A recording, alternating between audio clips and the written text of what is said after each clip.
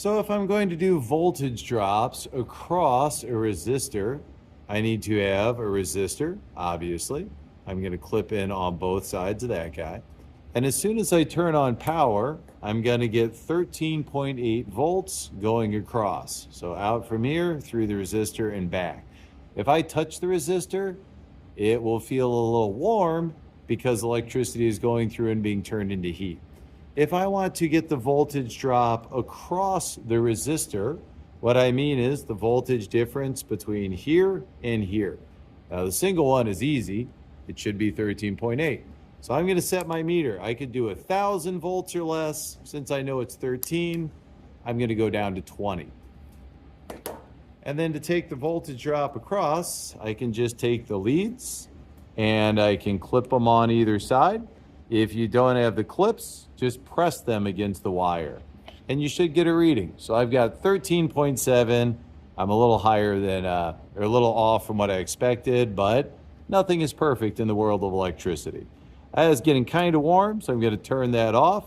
What you really want to make sure you don't do, speaking of heating up, is if the two leads touch directly from the power supply, you will burn out the fuse pretty quickly, and then it's going to be impossible to finish the lamp. So make sure you're careful about what gets connected. Make sure there's always a resistor in between.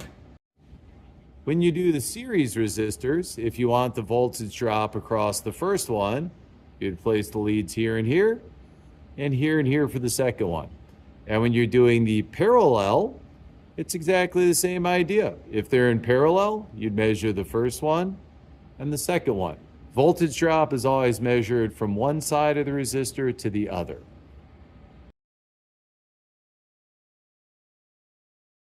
Now, for the record, you don't need to do amperage for this lab, but if you did need to, you can dial in to measure amperage, same as anything else. I've done some math. I know I'm going to be at 200 milliamps or less. But the problem is, when this is measuring amperage, there's no resistance between these. So if I touch either side, all the electricity flows through my meter. And if it was high voltage, I could blow out the fuse or damage my meter. So if I want to measure amperage, and this is why we're not going to do it, it's a little more complicated. I need to disconnect the resistor. So now I have an opening in my circuit.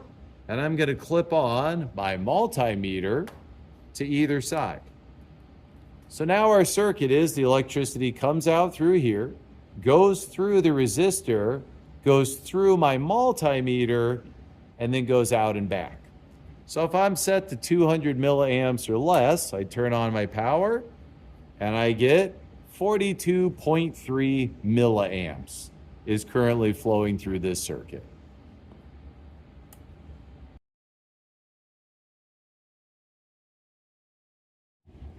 So even though we're not going to do the math in here, we should still understand at least a little bit of it. Don't think you have to get all this, though. Don't worry about it. This is just for kids who are a little bit curious, and also to answer the question of when are we ever going to use this in math class. So an equation that's worth knowing is volts equals amps, which is I, oddly enough. V is volts, I is amps, and R is resistance. Now in this case, I know my source voltage was 13.8 volts because it's literally written on the front of the power supply. So that one's pretty easy.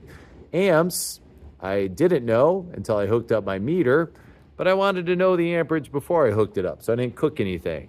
And then R, since the colors on this are red, red, brown, that's 3 times 10, 330 ohms. We haven't talked about the color codes at all, but look at the resistor and you'll see the colors I'm talking about. If you're curious, I can fill you in at some point.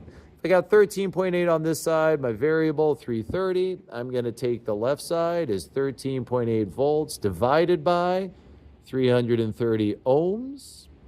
And if I solve for that, I get I, which equals 0.42 amps.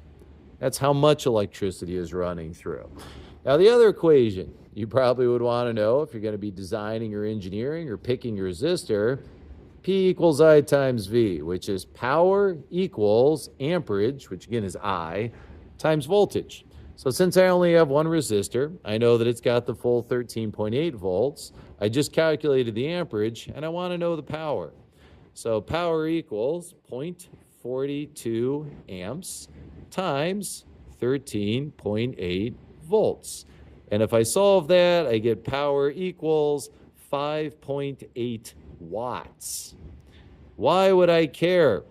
A resistor is only rated for a certain wattage. You go above that, it gets too hot and cooks itself.